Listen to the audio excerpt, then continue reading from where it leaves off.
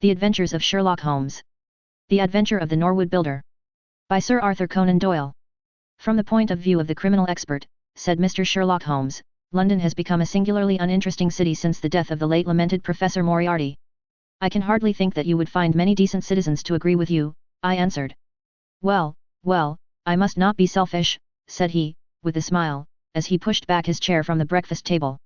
The community is certainly the gainer, and no one the loser, save the poor out-of-work specialist, whose occupation has gone. With that man in the field, one's morning paper presented infinite possibilities.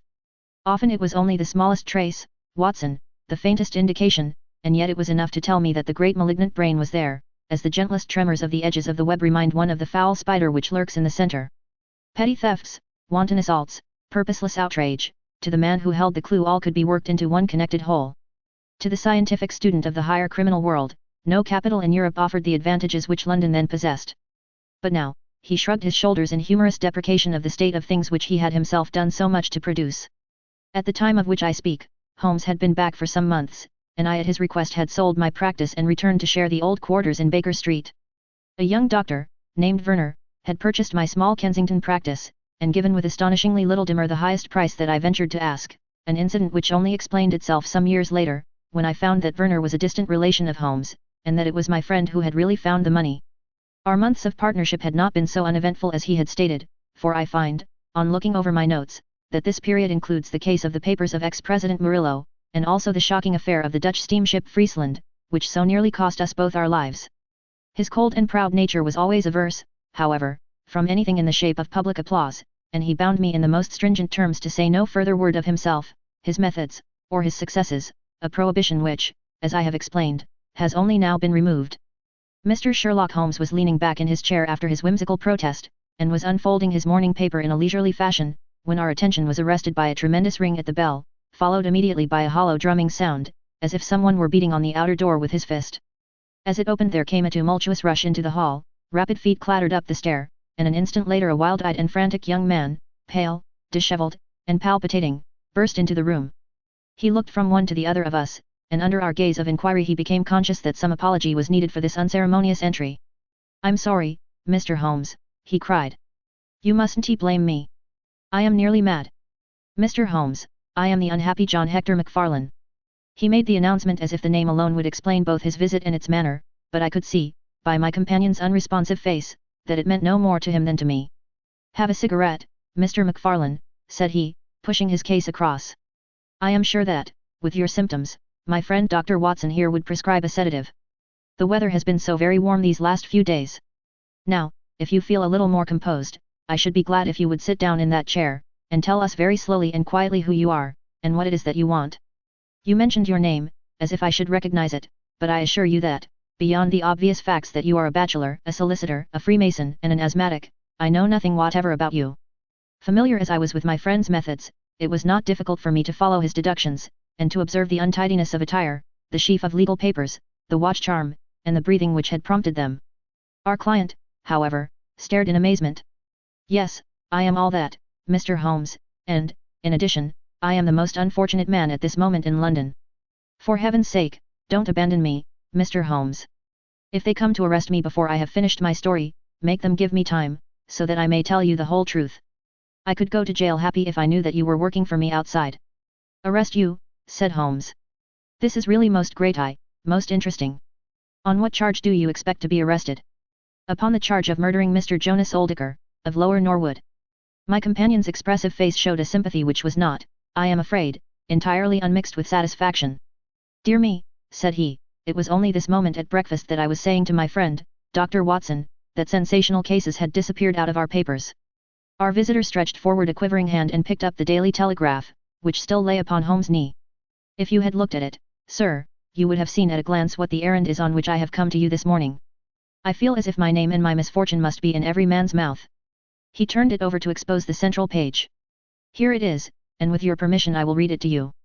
Listen to this, Mr. Holmes. The headlines are, 'Mysterious Affair at Lower Norwood. Disappearance of a well-known builder.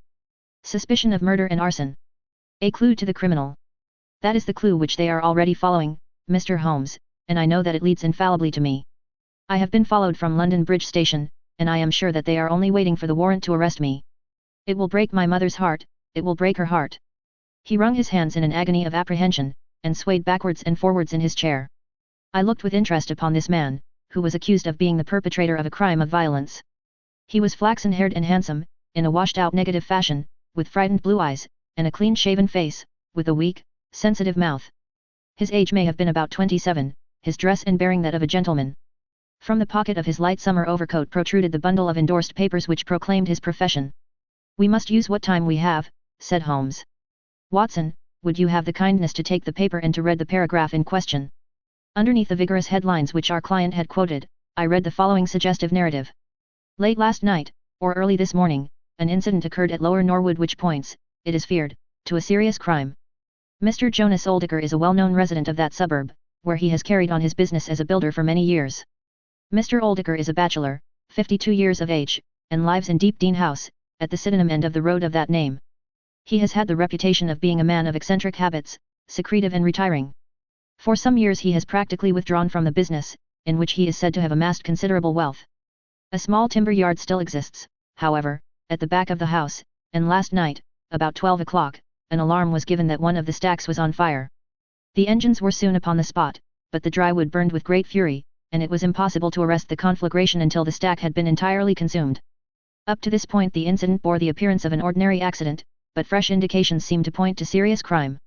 Surprise was expressed at the absence of the master of the establishment from the scene of the fire, and an inquiry followed, which showed that he had disappeared from the house.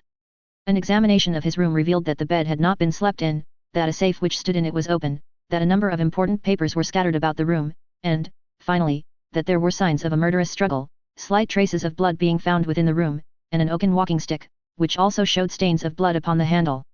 It is known that Mr. Jonas Oldaker had received a late visitor in his bedroom upon that night, and the stick found has been identified as the property of this person, who is a young London solicitor named John Hector Macfarlane, junior partner of Graham and Macfarlane, of 426, Gresham Buildings, E.C. The police believe that they have evidence in their possession which supplies a very convincing motive for the crime, and altogether it cannot be doubted that sensational developments will follow. Later, it is rumored as we go to press that Mr. John Hector Macfarlane has actually been arrested on the charge of the murder of Mr. Jonas Oldaker. It is at least certain that a warrant has been issued. There have been further and sinister developments in the investigation at Norwood.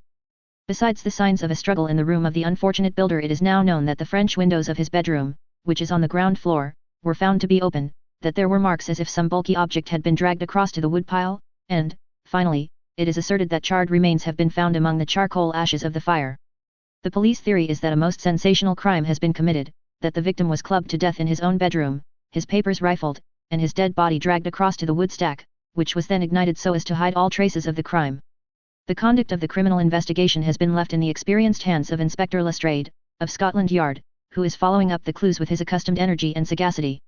Sherlock Holmes listened with closed eyes and fingertips together to this remarkable account. "The case has certainly some points of interest," said he, in his languid fashion. "May I ask, in the first place, Mr. Macfarlane, how it is that you are still at liberty, since there appears to be enough evidence to justify your arrest?" "I live at Torrington Lodge, Blackheath, with my parents, Mr. Holmes, but last night, having to do business very late with Mr. Jonas Oldaker, I stayed at an hotel in Norwood, and came to my business from there. I knew nothing of this affair until I was in the train, when I read what you have just heard. I at once saw the horrible danger of my position, and I hurried to put the case into your hands. I have no doubt that I should have been arrested either at my city office or at my home. A man followed me from London Bridge Station, and I have no doubt, great heaven! What is that?" It was a clang of the bell, followed instantly by heavy steps upon the stair. A moment later, our old friend Lestrade appeared in the doorway. Over his shoulder I caught a glimpse of one or two uniformed policemen outside. "Mr. John Hector Macfarlane," said Lestrade. Our unfortunate client rose with a ghastly face. "I arrest you for the wilful murder of Mr. Jonas Oldaker, of Lower Norwood." Macfarlane turned to us with a gesture of despair, and sank into his chair once more like one who is crushed. "One moment, Lestrade," said Holmes. "Half an hour more or less can make no difference to you, and the gentleman was about to give us an account of this very interesting affair, which might aid us in clearing it up." "I think there will be no difficulty in clearing it up," said Lestrade, grimly. "Nonetheless, with your permission, I should be much interested to hear his account." "Well, Mr. Holmes, it is difficult for me to refuse you anything, for you have been of use to the force once or twice in the past, and we owe you a good turn at Scotland Yard," said Lestrade. "At the same time I must remain with my prisoner, and I am bound to warn him that anything he may say will appear in evidence against him. I wish nothing better, said our client. All I ask is that you should hear and recognize the absolute truth. Lestrade looked at his watch. I'll give you half an hour, said he. I must explain first, said MacFarlane, that I knew nothing of Mr. Jonas Oldaker. His name was familiar to me, for many years ago my parents were acquainted with him, but they drifted apart. I was very much surprised, therefore, when yesterday, about 3 o'clock in the afternoon, he walked into my office in the city. But I was still more astonished when he told me the object of his visit. He had in his hand several sheets of a notebook, covered with scribbled writing. Here they are, and he laid them on my table. Here is my will, said he. I want you, Mr. MacFarlane, to cast it into proper legal shape. I will sit here while you do so. I set myself to copy it, and you can imagine my astonishment when I found that, with some reservations, he had left all his property to me. He was a strange little ferret-like man, with white eyelashes, and when I looked up at him I found his keen, grey eyes fixed upon me with an amused expression. I could hardly believe my own senses as I read the terms of the will, but he explained that he was a bachelor with hardly any living relation, that he had known my parents in his youth, and that he had always heard of me as a very deserving young man, and was assured that his money would be in worthy hands. Of course, I could only stammer out my thanks. The will was duly finished, signed, and witnessed by my clerk. This is it on the blue paper, and these slips, as I have explained, are the rough draft. Mr. Jonas Oldaker then informed me that there were a number of documents, building leases, title deeds, mortgages, scrip, and so forth, which it was necessary that I should see and understand. He said that his mind would not be easy until the whole thing was settled, and he begged me to come out to his house at Norwood that night, bringing the will with me, and to arrange matters. Remember, my boy, not one word to your parents about the affair until everything is settled. We will keep it as a little surprise for them. He was very insistent upon this point, and made me promise it faithfully. You can imagine, Mr. Holmes, that I was not in a humor to refuse him anything that he might ask. He was my benefactor, and all my desire was to carry out his wishes in every particular. I sent a telegram home, therefore, to say that I had important business on hand, and that it was impossible for me to say how late I might be. Mr. Oldaker had told me that he would like me to have supper with him at 9, as he might not be home before that hour. I had some difficulty in finding his house, however, and it was nearly 1:30 before I reached it. I found him. One moment, said Holmes. Who opened the door? A middle-aged woman, who was, I suppose, his housekeeper. And it was she, I presume, who mentioned your name. Exactly, said MacFarlane. Pray proceed. MacFarlane wiped his damp brow, and then continued his narrative. I was shown by this woman into a sitting room, where a frugal supper was laid out. Afterwards, Mr. Jonas Oldaker led me into his bedroom, in which there stood a heavy safe. This he opened and took out a mass of documents, which we went over together. It was between 11 and 12 when we finished. He remarked that we must not disturb the housekeeper. He showed me out through his own French window, which had been open all this time. Was the blind down? Asked Holmes. I will not be sure, but I believe that it was only half down. Yes, I remember how he pulled it up in order to swing open the window. I could not find my stick, and he said, never mind, my boy, I shall see a good deal of you now, I hope, and I will keep your stick until you come back to claim it. I left him there, the safe open, and the papers made up in packets upon the table. It was so late that I could not get back to Blackheath, so I spent the night at the Anerley Arms, and I knew nothing more until I read of this horrible affair in the morning. Anything more that you would like to ask, Mr. Holmes, said Lestrade, whose eyebrows had gone up once or twice during this remarkable explanation. Not until I have been to Blackheath. You mean to Norwood, said Lestrade. Oh, yes, no doubt that is what I must have meant, said Holmes, with his enigmatical smile. Lestrade had learned by more experiences than he would care to acknowledge that razor-like brain could cut through that which was impenetrable to him. I saw him look curiously at my companion. I think I should like to have a word with you presently, Mr. Sherlock Holmes, said he. Now, Mr. MacFarlane, 2 of my constables are at the door, and there is a four-wheeler waiting. The wretched young man arose, and with a last beseeching glance at us walked from the room. The officers conducted him to the cab, but Lestrade remained. Holmes had picked up the pages which formed the rough draft of the will, and was looking at them with the keenest interest upon his face. There are some points about that document, Lestrade, are there not? Said he, pushing them over. The official looked at them with a puzzled expression. I can read the first few lines, and these in the middle of the second page, and 1 or 2 at the end. Those are as clear as print, said he, but the writing in between is very bad, and there are 3 places where I cannot read it at all. What do you make of that? Said Holmes. Well, what do you make of it? That it was written in a train. The good writing represents stations, the bad writing movement, and the very bad writing passing over points. A scientific expert would pronounce at once that this was drawn up on a suburban line, since nowhere save in the immediate vicinity of a great city could there be so quick a succession of points. Granting that his whole journey was occupied in drawing up the will, then the train was an express, only stopping once between Norwood and London Bridge. Lestrade began to laugh. "You are too many for me when you begin to get on your theories, Mr. Holmes," said he. "How does this bear on the case?" "Well, it corroborates the young man's story to the extent that the will was drawn up by Jonas Oldicker in his journey yesterday. It is curious, is it not, that a man should draw up so important a document in so haphazard a fashion? It suggests that he did not think it was going to be of much practical importance. If a man drew up a will which he did not intend ever to be effective, he might do it so." "Well, he drew up his own death warrant at the same time," said Lestrade. "Oh, you think so? Don't you? Well, it is quite possible, but the case is not clear to me yet." "Not clear? Well, if that isn't clear, what could be clear? Here is a young man who learns suddenly that, if a certain older man dies, he will succeed to a fortune. What does he do? He says nothing to anyone, but he arranges that he shall go out on some pretext to see his client that night. He waits until the only other person in the house is in bed, and then in the solitude of the man's room he murders him, burns his body in the woodpile, and departs to a neighboring hotel. The bloodstains in the room and also on the stick are very slight. It is probable that he imagined his crime to be a bloodless one, and hoped that if the body were consumed it would hide all traces of the method of his death, traces which, for some reason, must have pointed to him. Is not all this obvious?" "It strikes me, my good Lestrade, as being just a trifle too obvious," said Holmes.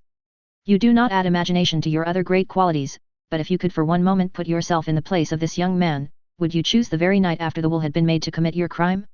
Would it not seem dangerous to you to make so very close a relation between the two incidents? Again, would you choose an occasion when you are known to be in the house, when a servant has let you in?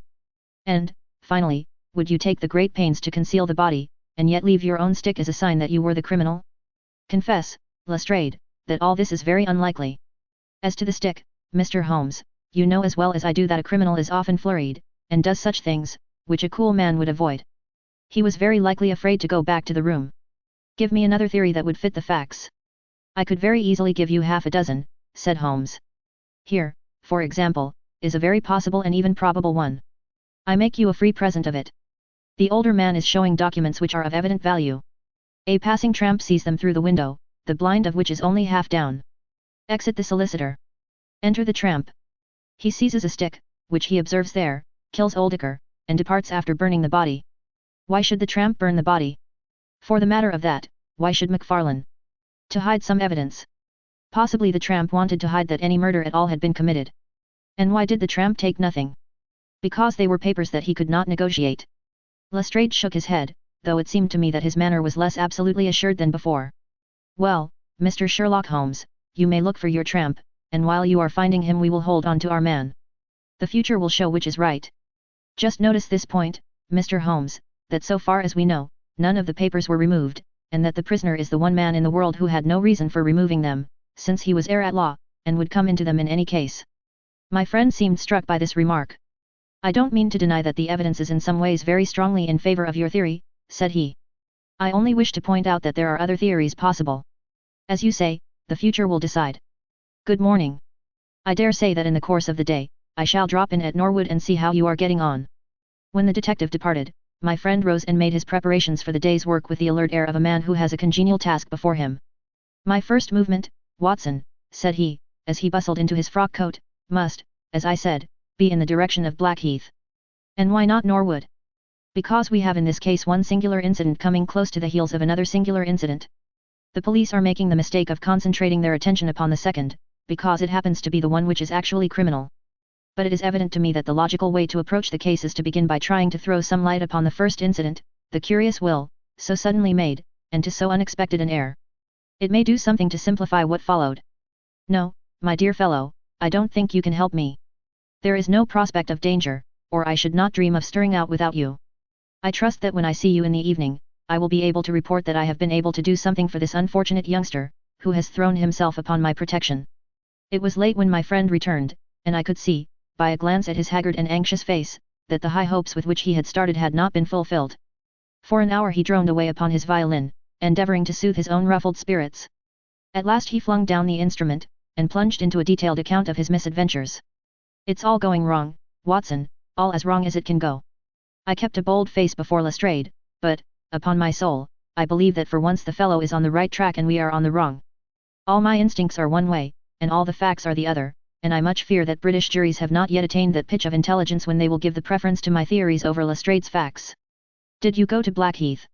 Yes, Watson, I went there, and I found very quickly that the late lamented Oldacre was a pretty considerable blackguard. The father was away in search of his son. The mother was at home, a little, fluffy, blue-eyed person, in a tremor of fear and indignation. Of course, she would not admit even the possibility of his guilt. But she would not express either surprise or regret over the fate of Oldacre. On the contrary, she spoke of him with such bitterness that she was unconsciously considerably strengthening the case of the police for, of course, if her son had heard her speak of the man in this fashion, it would predispose him towards hatred and violence. He was more like a malignant and cunning ape than a human being, said she, and he always was, ever since he was a young man. You knew him at that time, said I. Yes, I knew him well, in fact, he was an old suitor of mine. Thank heaven, that I had the sense to turn away from him, and to marry a better, if poorer, man. I was engaged to him, Mr. Holmes, when I heard a shocking story of how he had turned a cat loose in an aviary, and I was so horrified at his brutal cruelty that I would have nothing more to do with him. She rummaged in a bureau, and presently she produced a photograph of a woman, shamefully defaced and mutilated with a knife. That is my own photograph, she said. He sent it to me in that state, with his curse, upon my wedding morning. Well, said I, at least he has forgiven you now, since he has left all his property to your son. Neither my son nor I want anything from Jonas Oldacre, dead or alive, she cried, with a proper spirit. There is a God in heaven, Mr. Holmes, and that same God who has punished that wicked man will show, in his own good time, that my son's hands are guiltless of his blood. Well, I tried 1 or 2 leads, but could get at nothing which would help our hypothesis, and several points which would make against it. I gave it up at last, and off I went to Norwood. This place, Deepdene House, is a big modern villa of staring brick, standing back in its own grounds, with a laurel-clumped lawn in front of it. To the right and some distance back from the road was the timber yard which had been the scene of the fire. Here's a rough plan on a leaf of my notebook. This window on the left is the one which opens into Oldacre's room. You can look into it from the road, you see. That is about the only bit of consolation I have had today. Lestrade was not there, but his head constable did the honors. They had just found a great treasure trove. They had spent the morning raking among the ashes of the burned wood pile, and besides the charred organic remains they had secured several discolored metal discs. I examined them with care, and there was no doubt that they were trouser buttons. I even distinguished that one of them was marked with the name of Holmes, who was Oldacre's tailor.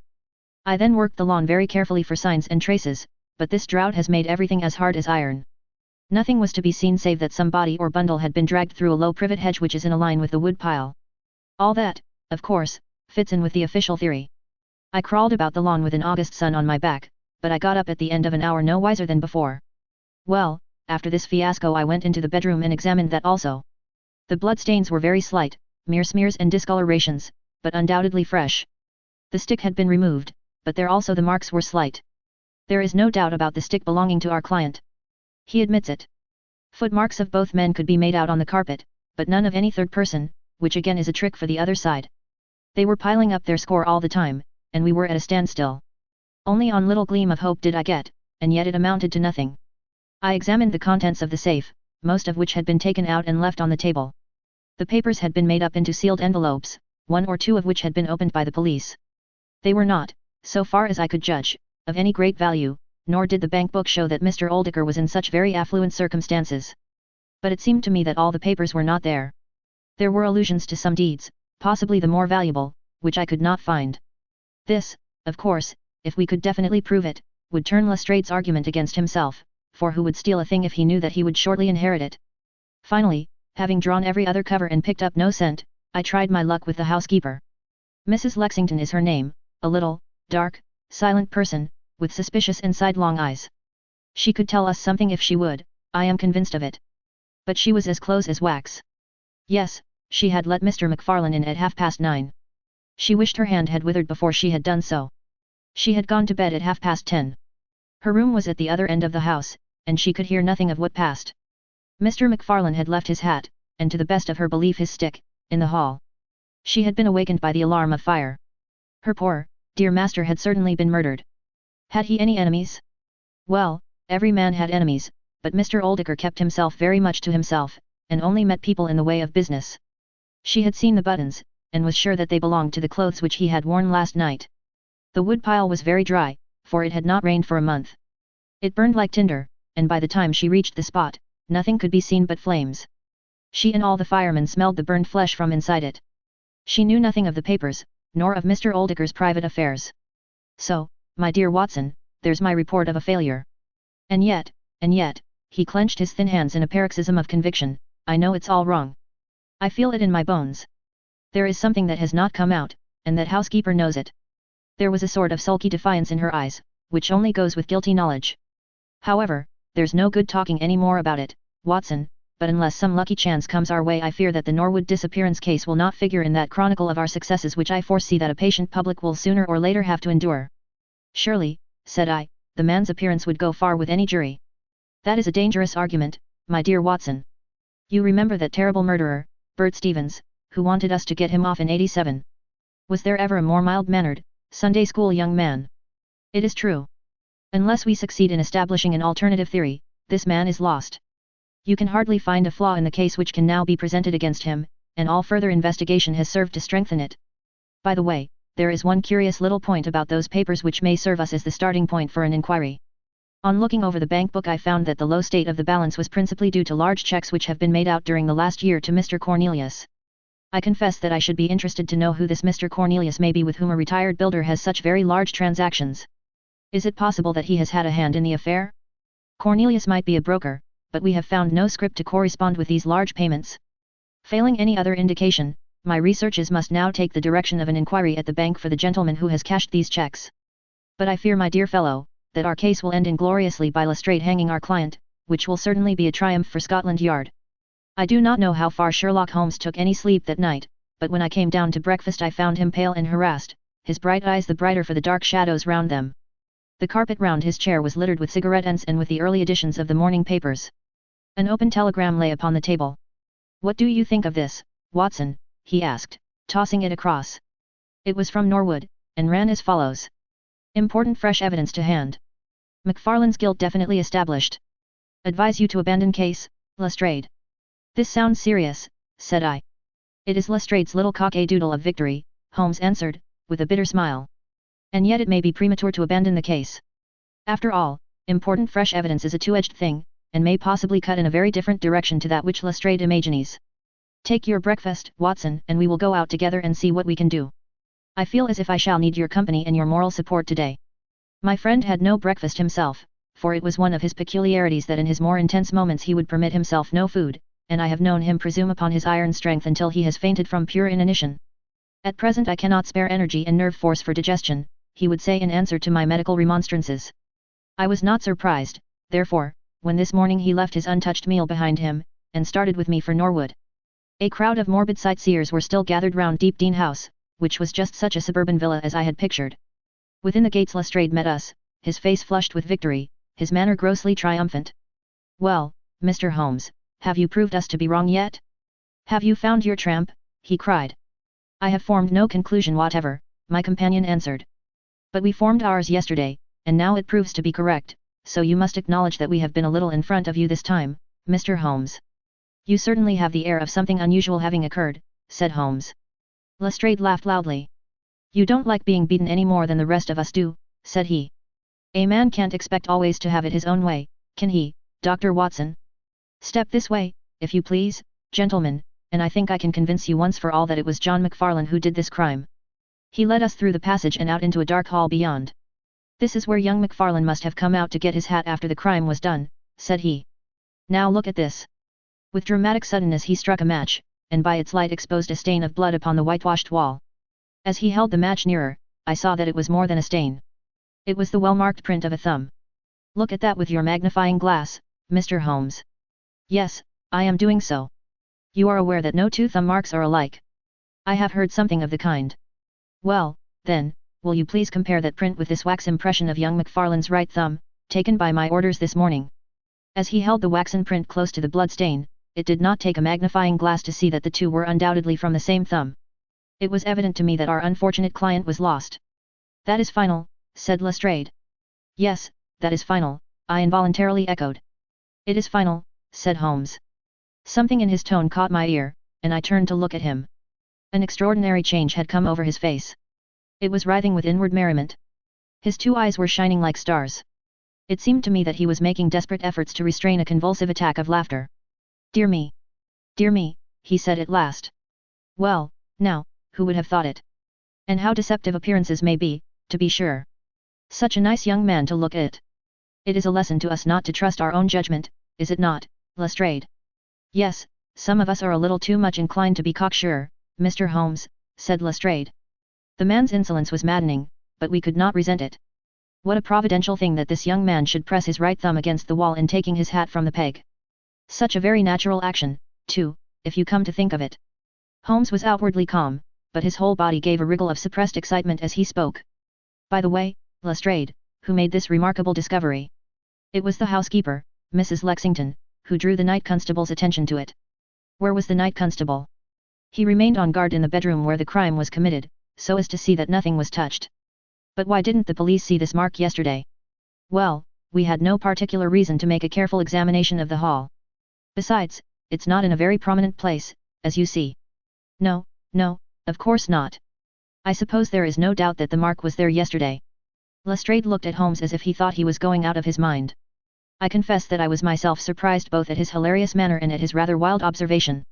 "I don't know whether you think that McFarlane came out of jail in the dead of the night in order to strengthen the evidence against himself," said Lestrade. "I leave it to any expert in the world whether that is not the mark of his thumb." "It is unquestionably the mark of his thumb." "There, that's enough," said Lestrade. "I am a practical man, Mr. Holmes, and when I have got my evidence I come to my conclusions. If you have anything to say, you will find me writing my report in the sitting room." Holmes had recovered his equanimity, though I still seemed to detect gleams of amusement in his expression. "Dear me, this is a very sad development, Watson, is it not?" said he. "And yet there are singular points about it which hold out some hopes for our client." "I am delighted to hear it," said I, heartily. "I was afraid it was all up with him. I would hardly go so far as to say that, my dear Watson. The fact is that there is one really serious flaw in this evidence to which our friend attaches so much importance." "Indeed, Holmes. What is it?" "Only this, that I know that that mark was not there when I examined the hall yesterday. And now, Watson, let us have a little stroll round in the sunshine." With a confused brain, but with a heart into which some warmth of hope was returning, I accompanied my friend in a walk round the garden. Holmes took each face of the house in turn, and examined it with great interest. He then led the way inside, and went over the whole building from basement to attic. Most of the rooms were unfurnished, but none the less Holmes inspected them all minutely.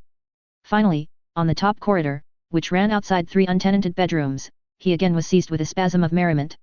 "There are really some very unique features about this case, Watson," said he. "I think it is time now that we took our friend Lestrade into our confidence. He has had his little smile at our expense, and perhaps we may do as much by him, if my reading of this problem proves to be correct." "Yes, yes, I think I see how we should approach it." The Scotland Yard inspector was still writing in the parlour when Holmes interrupted him. "I understood that you were writing a report of this case," said he. "So I am. Don't you think it may be a little premature? I can't help thinking that your evidence is not complete."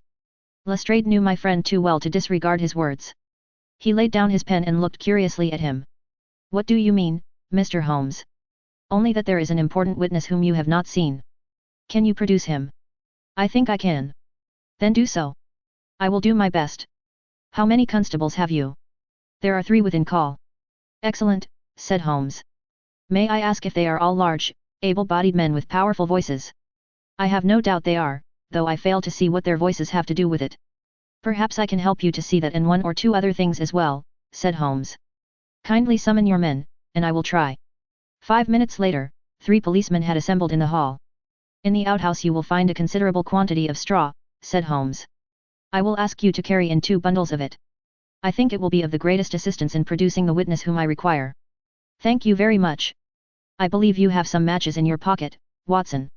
Now, Mr. Lestrade, I will ask you all to accompany me to the top landing." As I have said, there was a broad corridor there, which ran outside 3 empty bedrooms.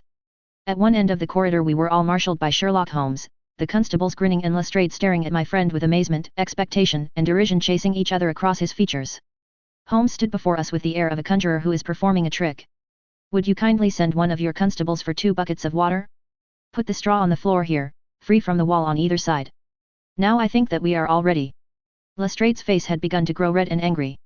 "I don't know whether you are playing a game with us, Mr. Sherlock Holmes," said he. "If you know anything, you can surely say it without all this tomfoolery. I assure you, my good Lestrade, that I have an excellent reason for everything that I do. You may possibly remember that you chaffed me a little, some hours ago, when the sun seemed on your side of the hedge, so you must not grudge me a little pomp and ceremony now. Might I ask you, Watson, to open that window, and then to put a match to the edge of the straw?" I did so, and driven by the draught, a coil of grey smoke swirled down the corridor, while the dry straw crackled and flamed. "Now we must see if we can find this witness for you, Lestrade. Might I ask you all to join in the cry of fire? Now, then, 1, 2, 3. Fire," we all yelled. "Thank you. I will trouble you once again. Fire. Just once more, gentlemen, and all together. Fire." The shout must have rung over Norwood. It had hardly died away when an amazing thing happened. A door suddenly flew open out of what appeared to be solid wall at the end of the corridor, and a little, wizened man darted out of it, like a rabbit out of its burrow. "Capital," said Holmes, calmly. "Watson, a bucket of water over the straw. That will do. Lestrade, allow me to present you with your principal missing witness, Mr. Jonas Oldaker." The detective stared at the newcomer with blank amazement. The latter was blinking in the bright light of the corridor, and peering at us and at the smouldering fire. It was an odious face, crafty, vicious, malignant, with shifty, light grey eyes and white lashes. "What's this, then?" said Lestrade, at last. "What have you been doing all this time, at?" Oldaker gave an uneasy laugh, shrinking back from the furious red face of the angry detective. "I have done no harm." "No harm? You have done your best to get an innocent man hanged. If it wasn't for this gentleman here, I am not sure that you would not have succeeded." The wretched creature began to whimper. "I am sure, sir, it was only my practical joke." "Oh, a joke, was it? You won't find the laugh on your side, I promise you. Take him down, and keep him in the sitting room until I come. Mr. Holmes," he continued, when they had gone, "I could not speak before the constables, but I don't mind saying, in the presence of Dr. Watson, that this is the brightest thing that you have done yet, though it is a mystery to me how you did it. You have saved an innocent man's life, and you have prevented a very grave scandal, which would have ruined my reputation in the force." Holmes smiled, and clapped Lestrade upon the shoulder. "Instead of being ruined, my good sir, you will find that your reputation has been enormously enhanced. Just make a few alterations in that report which you were writing, and they will understand how hard it is to throw dust in the eyes of Inspector Lestrade. And you don't want your name to appear. Not at all.